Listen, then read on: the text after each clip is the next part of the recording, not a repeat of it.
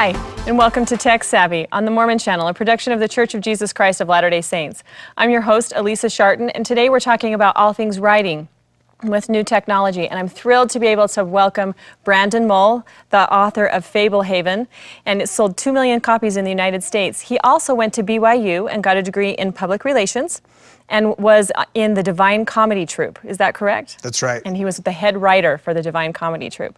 We also want to welcome DeNae Handy, who is also a writer and a blogger, and her blog is called My Real Life Was Backordered, which I really like the name of that blog. She also wrote a book about her experiences living in Puerto Rico called The Accidental Gringo. It's about... It's a collection of essays, humorous essays, about what it's like to be an American living in a place like Puerto Rico. That's fantastic. Awesome. Welcome to the show today. Thank you. Let's talk about words. So how do you carefully choose the words that you're going to use to get your message across in 140 characters, or in your blog, 500 words, or on Facebook, you know, so that it's not this long novel of a post? You have to carefully craft those. How do you do that?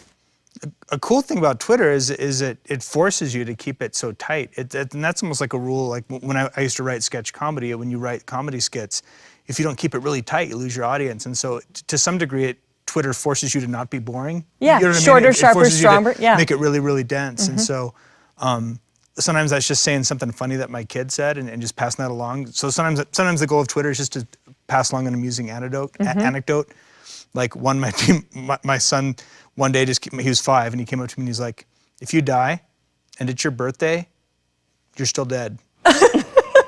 Which was just weird and funny and perfect little bite-sized kind of thing that you could throw on Twitter. Yeah. You know, definitely 140 characters. Pass that along with just a few characters. Or sometimes it's just practical info, like I've got a book signing at a certain place, and you just pass along this practical info in a brief way. Absolutely. That's fabulous. I like that. I'm going to have to go find that and retweet that. Yeah, very, very quirky, but very funny, yeah. That's funny. Well, and it sounds to me like we both have, you know, we both have a humor background. I am a humor writer, and brevity really is the soul of wit. When I started writing, I started blogging. I wrote my first book, and then I discovered blogging. And blogging requires that you write. I remember the first thing I wrote for Mormon Mommy Blogs, and got a response from the editor there that said, essentially, this is 3 times too long for a blog post. I said it nicer than that. It was. You were very kind, and yet it was. You were right. It's over 2,000 words. You don't put 2,000 words on a blog, and so it's been good for me to use these media as a way to really tighten up my writing and to only put. You know, do you wonder sometimes what Nephi did?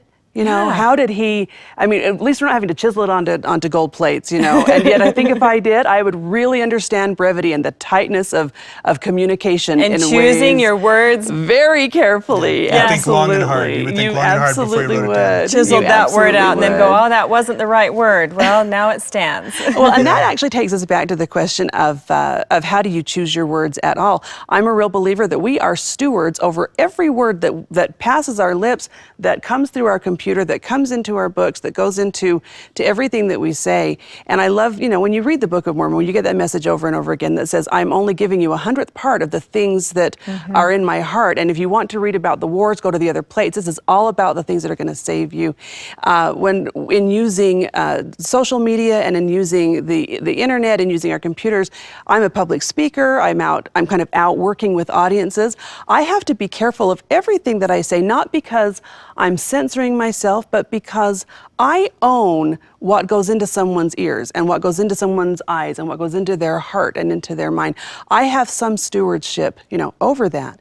And you learn, I think, especially when looking for brevity, and this is what we're talking about with the conciseness of certain forms of social media, you learn how to choose your words carefully. And you also learn that a little goes a long way, especially in humor or in things of